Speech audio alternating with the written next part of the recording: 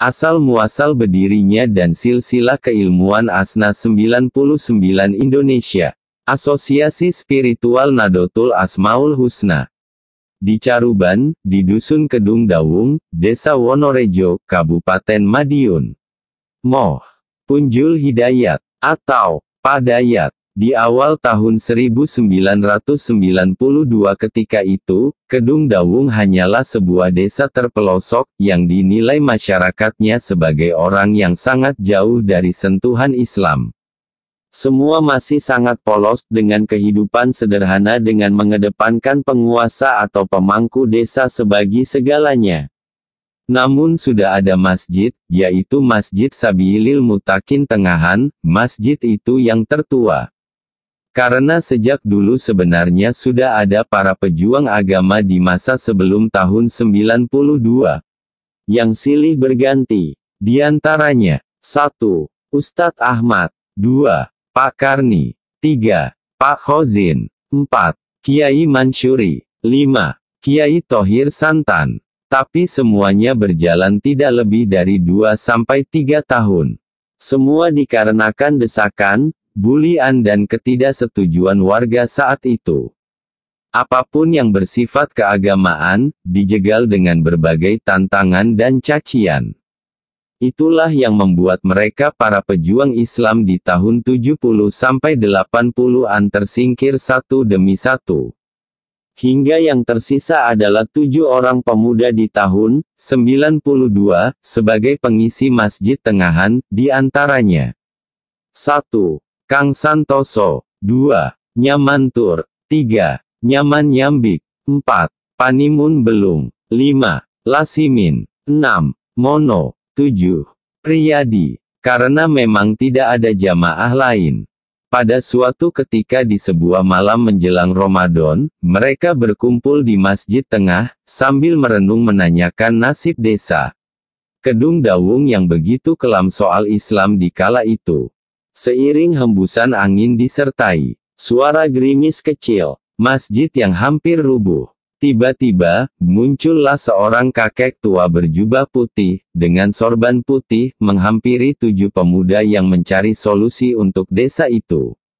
Assalamualaikum. Waalaikumsalam, jawab mereka. Kakek itu berkata, awakmu kabe ora sah sumelang bingung le.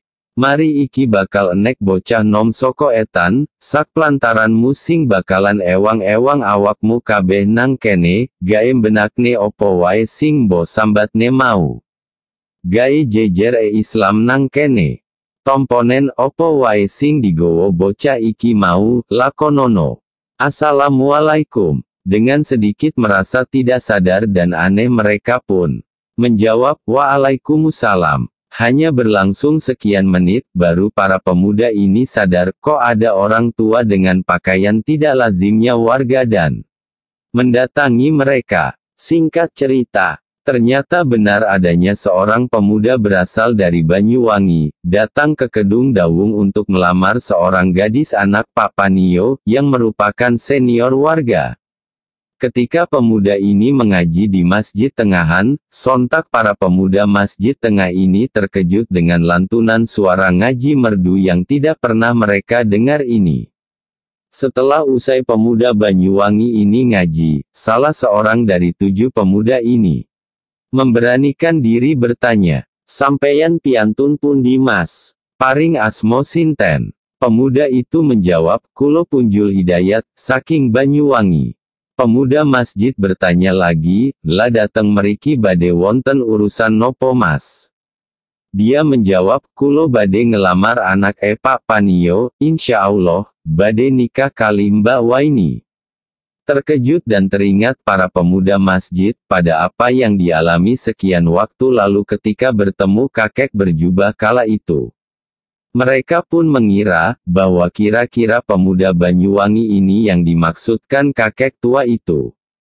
Inilah awal cerita masuknya pemuda Banyuwangi, yang akhirnya menggunakan ilmu Asmaul Husna sebagai jalan merangkul para pemuda Kedung Dawung, yang dinilai jauh dari Islam. Lambat laun sejak tahun 1992, akhirnya para pengikut ajaran Asmaul Husna bertambah dan bertambah. Generasi 1 dimulai 7 pemuda itu. Generasi 2 menjadi 17. Generasi 3 menjadi 70. Generasi 4 menjadi 120 orang.